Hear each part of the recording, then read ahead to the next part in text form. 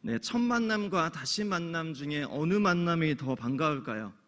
네, 다시 만남이 더 반갑죠. 다시 만나면 할 얘기가 많습니다. 아우, 잘 지내셨습니까? 몸은 좀 어떠십니까? 가족들은 평안합니까? 우리 언제 밥 한 끼 합시다. 그렇게 되죠. 오늘 2부 예배 마치고 보니 오랜만에 만나신 성도분들 같아요. 근데 손을 잡고 또 포옹도 하고 굉장히 반가워하더라고요. 근데 처음 만난 사람이 그렇게 할 수 있습니까? 네, 할 수 없죠. 처음 만난 사람과는 조금 어색하죠. 네. 다시 만나는 거, 네, 오랜만에 만나는 것이 더 반갑습니다.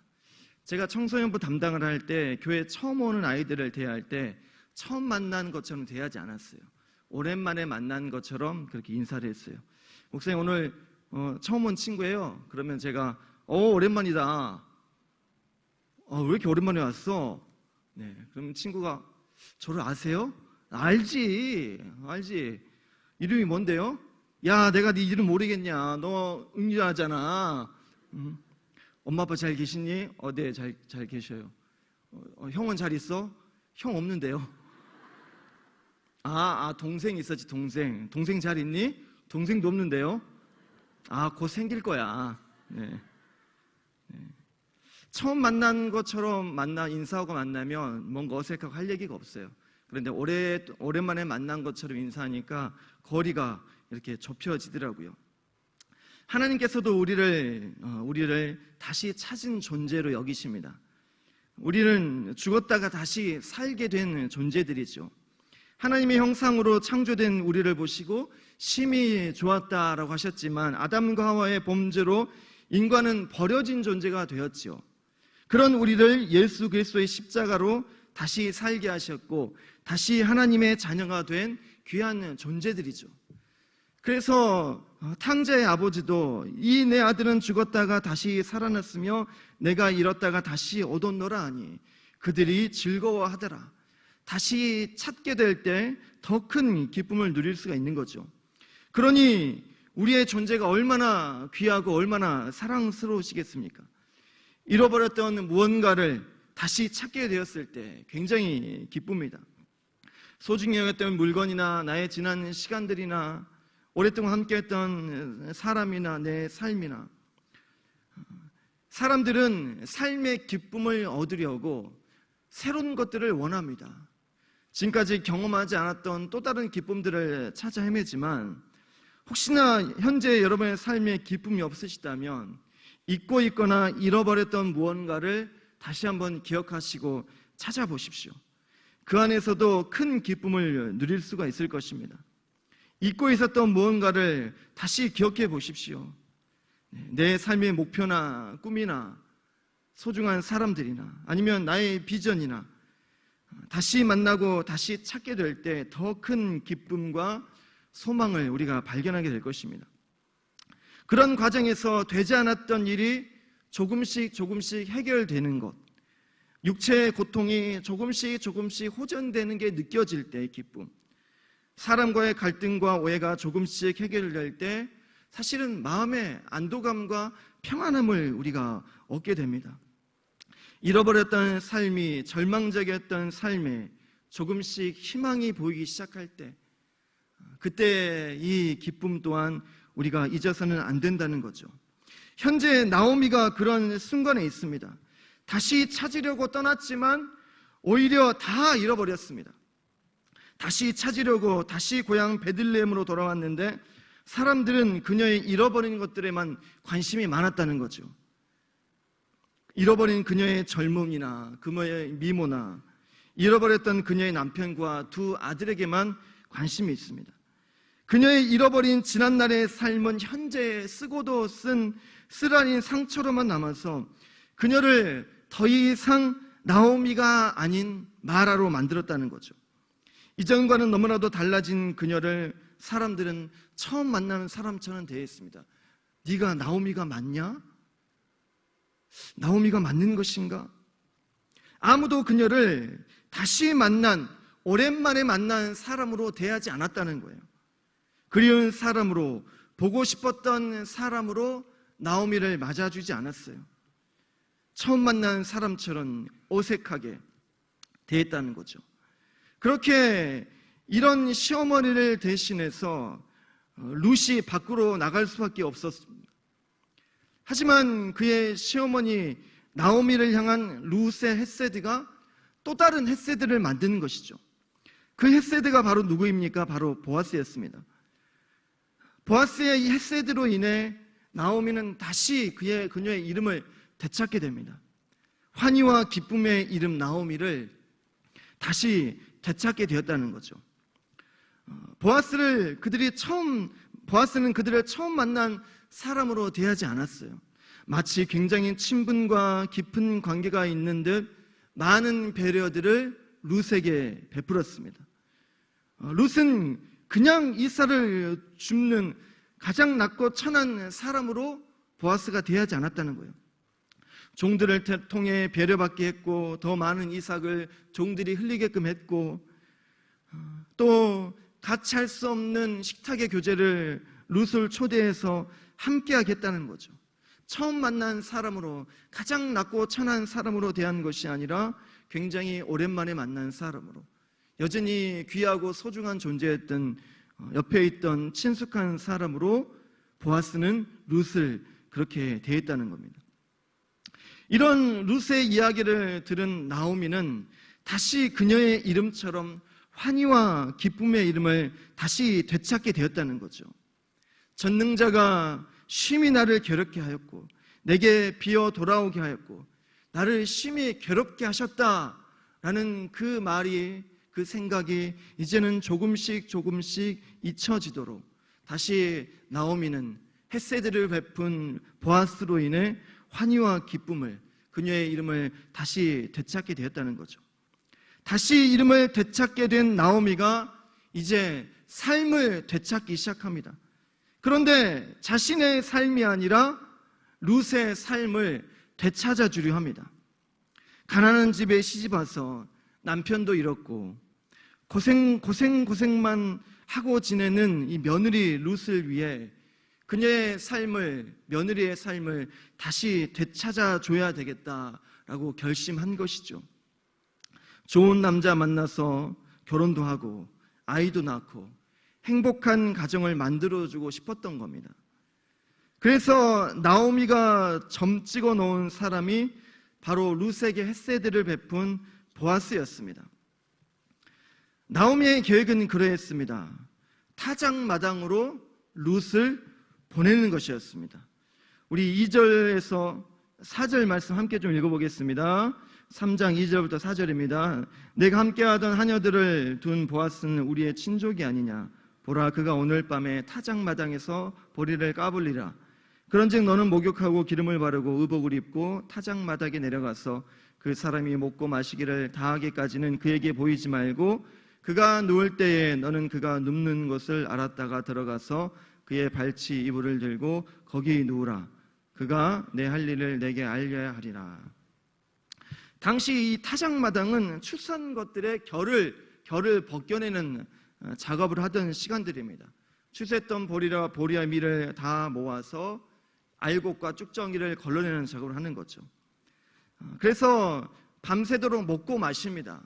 추수를 베풀어 주신 하나님을 찬양하고 잔치를 베푸죠.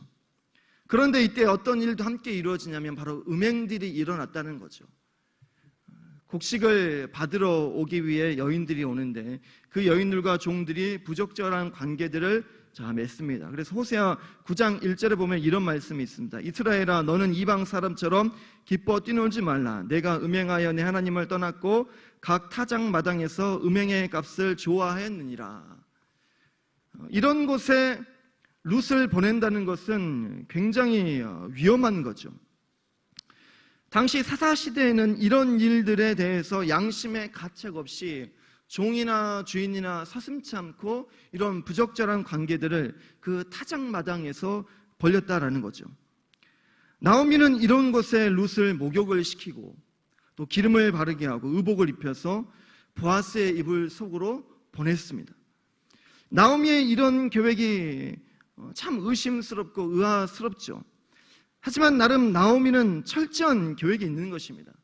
첫 번째로 나오미가 이 타작마당을 이용한 것은 다른 사람들의 눈을 피하기 위해서입니다.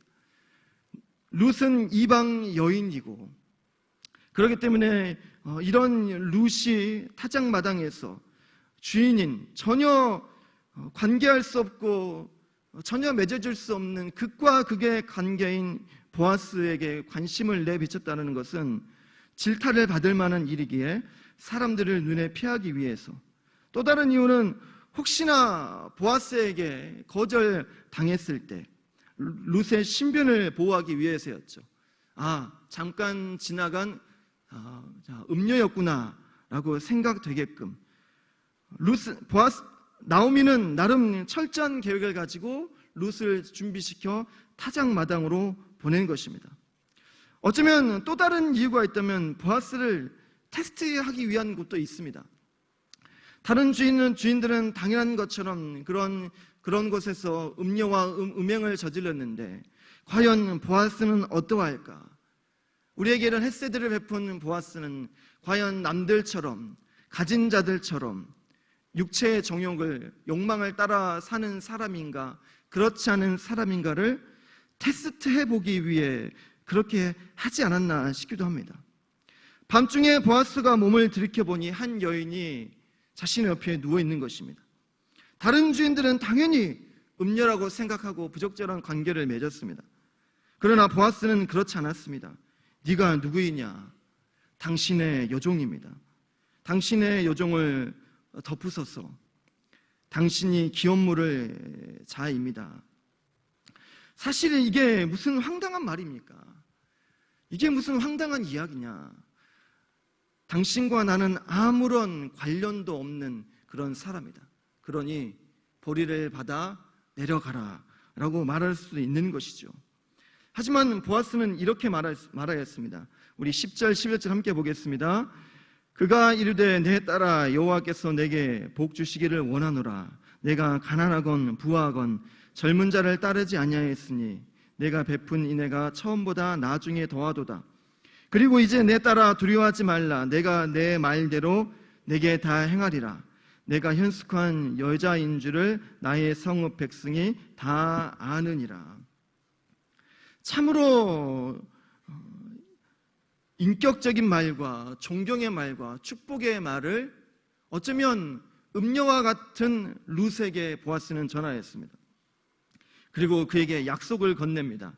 우리 12절 13절도 함께 봅니다. 참으로 나는 기업 물을 자이나 기업 물을 자로서 나보다 더 가까운 사람이 있으니 이 밤에 여기서 머무르라.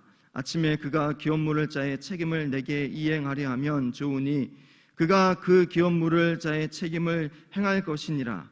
만일 그가 기업 물을 자의 책임을 내게 이행하기를 기뻐하지 아니하면 여호와께서 살아계심을 두고 맹세하노니 내가 기업 물을 자의 책임을 내게 이행하리라. 아침까지 누워 있을지니라 하니라. 어쩌면 이런 보아스의 약속이 너무나도 쉬워 보입니다. 어떻게 이런 약속을 이렇게 쉽게 할 수 있는 것일까? 라는 의문이 사실 들 정도이죠. 저와 제 아내의 결혼 이야기를 2탄을 들려드리도록 하겠습니다. 저와 제 아내는 찬양 인도자 학교에서 만났죠. 그래서 저는 기타를 치는 사람이었고 아내는 싱어였어요. 그래서 1년 동안 여러 지역을 다니고 여러 찬양 사역들을 같이 하게 됐습니다. 그런데 제가 굉장히 멋있었나 봅니다. 그때는 지금보다 더 호리호리했고 기타도 더 잘 쳤고 그래서 아내가 저를 먼저 좋아했습니다. 당시에는 너무 흔한 일이었기 때문에 저의 삶에는 흔한 일이었기 때문에 대수롭게 생각하지 않았고 아내 대시를 거절했습니다. 감히 제가. 그때는 현실적인 문제만 바라보았죠. 나는 목회를 할 사람인데 과연 아내의 가정은 내 목회와 맞나? 그런 걸 따져보니까 조금 맞지 않은 것 같아서 거절을 했어요. 지금 이 자리 빌어 사과합니다. 그런데 그런 하나님의 응답을 그래도 구하고 기도하는 중에 대학원 수업 중에 교수님께서 이 말씀을 들려주셨어요. 근데 이 말씀이 저의 마음에 확 꽂힌 겁니다.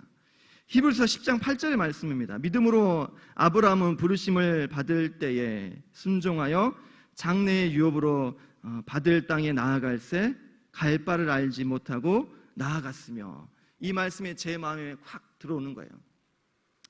그래서 다시 아내에게 연락을 했죠. 한번 만나자.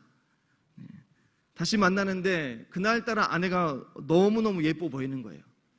회사에 중요한 미팅이 있어서 굉장히 예쁘게 하고 나갔는데 좀 몸 발치해서 이제 거절당했기 때문에 표정은 좋지는 않지만 굉장히 예뻐 보이는 거예요. 그때부터 아내를 쫓아다니기 시작했죠. 그래서 결국 교제하기로 승낙을 받고 일주일 뒤에 아버지 생신이어서 가족 모임이 있었습니다. 그래서 거기 아내를 데려갔습니다. 그 부모님께 결혼할 사람입니다. 지금 교제한 지 일주일 됐는데요. 네. 물론 1년 동안 같이 사역을 해서 어느 정도 알고 있었지만 교제한 지 일주일 만에 부모님께 인사를 시켜드리고 결혼할 사람입니다.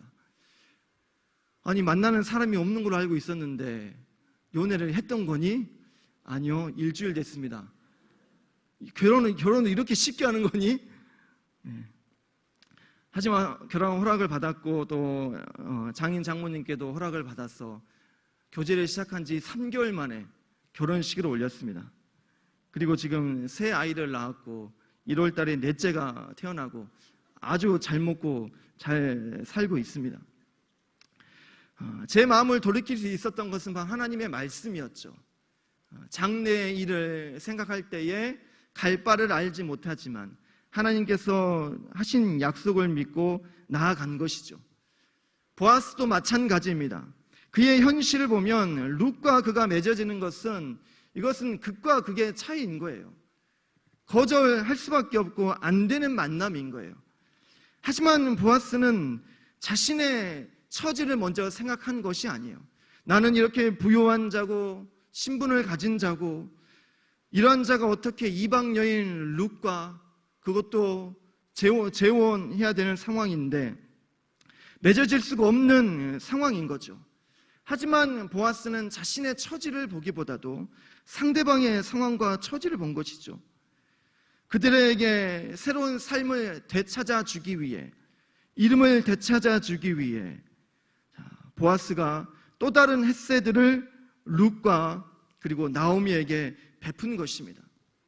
사실은 나오미가 보아스를 기업 물을 자로 택한 것은 그가 바로 산자와 죽은 자에게 선대한 자였기 때문입니다. 여기서 이 산자는 바로 나오미와 룻을 이야기하는 것이고 죽은 자는 엘리멜렉과 말론과 기론을 의미하는 것입니다. 보아스는 산자와 죽은 자, 산자 나오미와 룻을 선대했고 또한 엘리멜렉과 말론과 기론을 선대하기 위해 기업 물을 자로의 역할을 그가 감당하기로 한 것이죠. 말론의 가문은 이제 끊어질 수밖에 없는 것이죠. 그러나 보아스가 죽은 자를 선대하여 그의 기업 물을 자로 그의 기업을 계속적으로 이어나가기를 결심한 것입니다. 보아스는 나오미와 룻에게 헤세드를 베풀었고 그리고 엘리멜렉의 기업을 이어 그의 가문이 유지될 수 있도록 한 것입니다. 누가 보아스처럼 산자와 죽은 자를 선대할 수 있겠습니까? 아니, 산자는 선대할 수 있죠. 나보다 더 나은 누군가가 내 삶을 되찾아 줄 수 있습니다. 나의 지난 시간들을 보상해 줄 수도 있습니다. 하지만 그 누구도 죽음 이후는 되찾아 줄 수 없습니다. 죽음 이후의 삶을 책임져 줄 수 없다는 것이죠. 보아스는 바로 예수 그리스도의 모형입니다. 우리는 예수 그리스도를 통해서 죽음 이후에 우리의 삶을 되찾게 되는 존재들입니다. 버려진 존재이고 죽을 수밖에 없는 그런 존재인 우리들을 예수님께서 우리의 죽음 이후의 삶을 상대하셨죠. 다시 살게 하셨고 되찾아 주셨습니다. 나오미와 룻은 보아스가 베푼 헤세드로 인해 49일 동안 주운 이삭으로 1년의 삶을 보장받았습니다. 그러나 이 은혜는요 49일이면 끝납니다. 49일이 지나면 더 이상 이삭을 줄 수가 없습니다. 그리고 그렇게 주었던 이삭 가지고 평생 살 수가 없는 것이죠. 눈앞에 보이는 보리만 보면 미래는 절대 보장되지 않는다는 것이죠. 죽음 이후는 보장되지 않습니다. 오늘도 우리는 보리를 구합니다. 하나님, 더 많은 보리를 줍게 하여 주십시오. 다른 이들보다도 더 많은 보리를 얻게 하여 주십시오. 그렇게 기도합니다. 그러나 성경은 보리를 구하지 말고 보리를 주실 수 있는 보아스를 구하라 라고 말씀합니다. 49일 동안 많은 보리를 얻었다고 그것이 우리의 미래를 절대 책임져 주지 않는다는 것이죠. 그 보리가 산자들은 선대할 수 있겠지만 절대 죽은 자들 이후에, 죽음 이후의 삶을 선대할 수 없습니다. 그렇기 때문에 우리는 오늘도 예수 그리스도를 구해야 합니다. 비록 나오미는 보리를 구했고 또 보리를 제공한 보아스를 찾아간 것처럼 보여지지만 룻과 나오미는 보리를 구한 것이 아니라 죽음 이후의 삶을, 앞으로의 영원한 기업을 물어줄 수 있는 죽음 이후의 삶을 책임져주는 보아스를 찾아간 것입니다. 사랑하는 성도 여러분, 우리가 보리만 구하는 삶을 살아가지 않기를 원합니다. 그 보리는 49일이면 끝이 납니다. 이 보리를 영원토록 제공해 줄 수 있는 예수 그리스도를 구해야 할 줄 믿습니다. 우리가 그러한 삶을 살아냄을 통해 누군가의 삶을 되찾아주는 그런 사람들이 되기를 축복합니다. 잃어버렸던 누군가의 시간과 잃어버렸던 누군가의 삶과 행복과 기쁨을 우리가 만난 예수 그리스도를 통해 그들의 삶을 되찾아주고 그들의 죽음의 이후의 삶까지 예수 그리스도를 통해 책임져주는, 누군가의 삶을 되찾아주는 그런 삶을 살아가시기를 예수 그리스도의 이름으로 축복합니다.